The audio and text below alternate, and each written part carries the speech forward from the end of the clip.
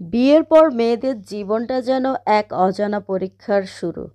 তাদের ভালোবাসাতে স্নেহ যেন অবহেলার ছায়ায় ঢাকা পড়ে। রেখা খুব সহজ সরল আর স্নিগ্ধ মনের মেয়ে। বিয়ের পর শ্বশুরবাড়িতে এসে সে ভেবেছিল এই নতুন পরিবারে তাকে আপন করে নেবে, কিন্তু বাস্তবতা ছিল একেবারেই ভিন্ন। প্রথম দিন থেকেই তাকে ছোট ছোট বিষয়ে দোষ দেওয়া শুরু হলো। রান্না ঠিকমতো হলো না, কাপড় ঠিকভাবে ধোয়া হলো না, সব কিছুতেই যেন সে ব্যর্থ। শাশুড়ি ঠাট্টা করে বলতেন, আমাদের বাড়ির মেয়েরা এত অলস নয়। দেবর ননদরা হাসাহাসি করত, এ মা, তোমার হাতের তরকারি খাওয়ার যোগ্যই নয়।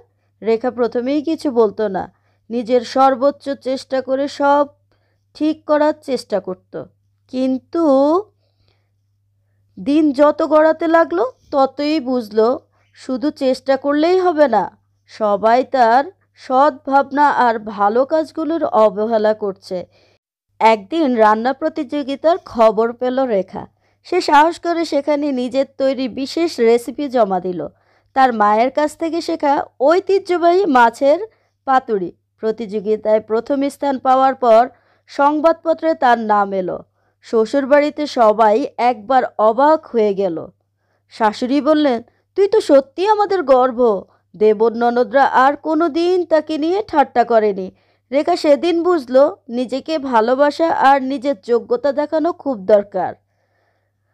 রেখার এই গল্পটা রেসিপি তৈরির মতোই, একটু ধৈর্য, সঠিক পরিমাণের সাহস আর ভালোবাসা দিয়ে যে কোনো সম্পর্কের স্বাদ বাড়ানো যায়।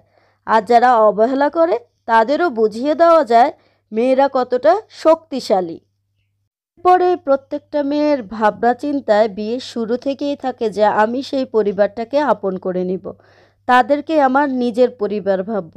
কিন্তু আফসোসের বিষয় কি জানেন, যে এই বাড়িতে সে গেল তারা কেউই তাকে আপন করে নিতে পারল না। তারা তাকে কাজের মেয়ের মতো খাটানো শুরু করলো। তারা এটা ভাবতে ভুলে গেল তার মেয়েটা যেমন তার বাড়ির রাজরানী, সেও তো কারো রাজকন্যা। রাজরানী হিসেবে বাপের বাড়িতে থাকতো। এখন তাকে একটু একটু শিখিয়ে পড়িয়ে নিলে, ভালোবাসা দিলে সে আপনার মতোই হয়ে যাবে। আপনি যখন নতুন বিয়ে করে আপনার শ্বশুরবাড়িতে এসেছেন, আজ আপনি শাশুড়ি মা হয়েছেন, আপনিও কিন্তু সব কিছু পারতেন না, সব কিছু জানতেন না, কারণ আপনিও তো আপনার বাবার রাজকন্যা ছিলেন। কিন্তু এখন আপনি আস্তে আস্তে সব কিছু করতে করতে এক্সপার্ট হয়ে গিয়েছেন। আজকে আপনি পারদর্শী, কারণ আপনার জীবনে অনেকগুলি বছর সংসার জীবনের মাধ্যমে কেটেছে। সেজন্য আপনি আজকে সব কিছুই পারফেক্টভাবে করতে পারেন। আর যেই মেয়েটাকে বউ বানিয়ে এনেছেন সেও তো আপনার মতোই কিশোরী ছিল, তরুণী ছিল, তারপর হচ্ছে সে পড়াশোনা নিয়ে ব্যস্ত ছিল, মা আদর করে মুখে তুলে খাইয়ে দিত। যেই মেয়েটা নিজের হাতে খাবারটা পর্যন্ত খেত না। কিন্তু শ্বশুরবাড়িতে আসার পরে মেয়েদের এই অন্যরকম অত্যাচারের শিকার হতে যায়। সবার না, কেউ বিয়ে করে তার বউকে রাজরানী করে রাখে, আবার কেউ বিয়ে করে তাকে চাকরানী বানিয়ে ফেলে। ছেলেদেরকে বলছি, আপনারা আপনাদের মা বউ দুজনকেই সামলাতে হবে সমানভাবে। আপনার মা আপনাকে নারী থেকে ভালোবাসে, আর আপনার বউ আপনাকে মন থেকে ভালোবাসে। দুজনের ভালোবাসাই কিন্তু কম না। আপনার মায়ের যেমন কষ্ট হয়েছে, মেয়েটাও কিন্তু তার পরিবারের সবাইকে ছেড়ে এসেছে। তাকে একটু মূল্যায়ন করুন, তাকে একটু সম্মান করুন, সে তার সব কিছুর প্রশংসা করুন। দেখবেন এতে করে সে আরও উৎসাহ পাবে আপনার সংসারে সব কিছু করে নিতে।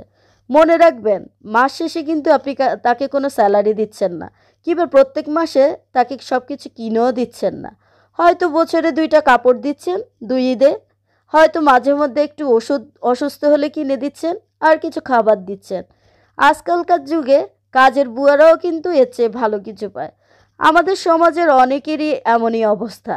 তাই আজকের গল্পটি আমাকে যে পাঠিয়েছে তার শেয়ার করার জন্য আমাকে বারবার অনুরোধ করেছে, মেসেঞ্জারে আমাকে লিখে পাঠিয়েছে যে আপু, তুমি এইটা একটু বললে আমার জন্য উপকার হয়।